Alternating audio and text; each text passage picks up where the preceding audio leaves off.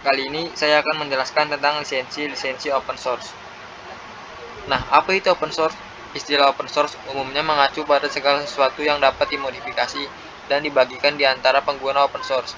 Open source pada awalnya dikenal di bidang pengembangan perangkat lunak sebagai OSS atau open source software. Hal itu sendiri adalah kode pengembangan yang dapat dilihat, dimodifikasi, dan dibagikan oleh publik atau siapa saja sesuai keinginan.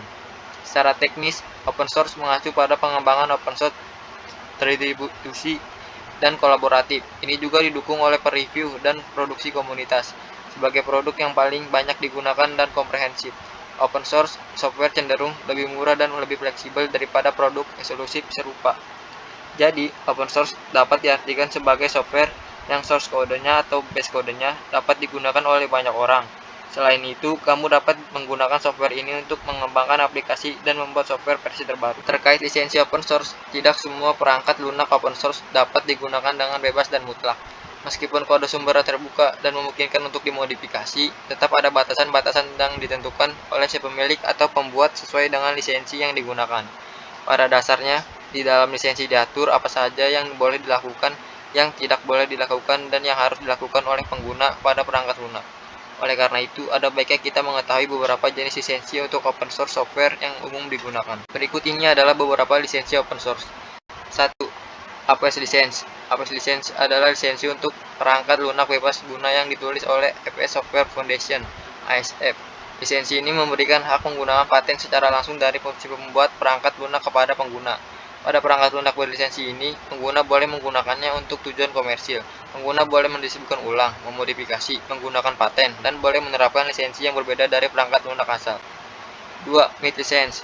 MIT License adalah lisensi perangkat lunak bebas guna yang berasal dari Massachusetts Institute of Technology.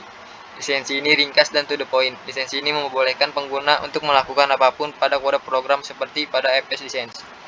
3. GNU General Public License atau GPL. Lisensi ini adalah lisensi yang paling banyak digunakan pada perangkat lunak bebas guna. Pada lisensi GPL versi 3.0, perangkat lunak turunan atau yang didistribusikan mesti menggunakan jenis lisensi yang sama, yakni GPL.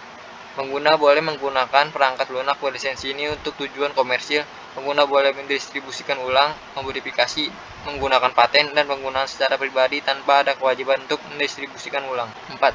Microsoft Public License atau MSPL. Lisensi ini membolehkan pengguna untuk melakukan apapun pada perangkat lunak. Pengguna harus menyertakan copyright dan lisensi pada perangkat lunak yang didistribusikan. Selain itu, distribusi perangkat lunak hasil modifikasi tidak boleh mengatasnamakan trademark atau nama si pembuat pertama. Dan kali ini adalah kelebihan dan kekurangan open source. Setiap hal yang ada pasti memiliki kelebihan dan kekurangannya. Berikut ini kelebihan dan kekurangan dari perangkat lunak open source. Kelebihannya: 1. Memerlukan biaya yang lebih sedikit, bahkan umumnya gratis. 2. Dapat dimodifikasi dan dikembangkan sendiri. 3. Dapat membuat perangkat lunak versi sendiri. 4. Jika terjadi masalah pada perangkat lunak, ada kemungkinan dapat diselesaikan sendiri tanpa bantuan pengembang. Kekurangannya: 1. Keamanan kurang terjamin. 2. Panduan untuk menggunakan perangkat lunak sulit dimengerti oleh pengguna awam.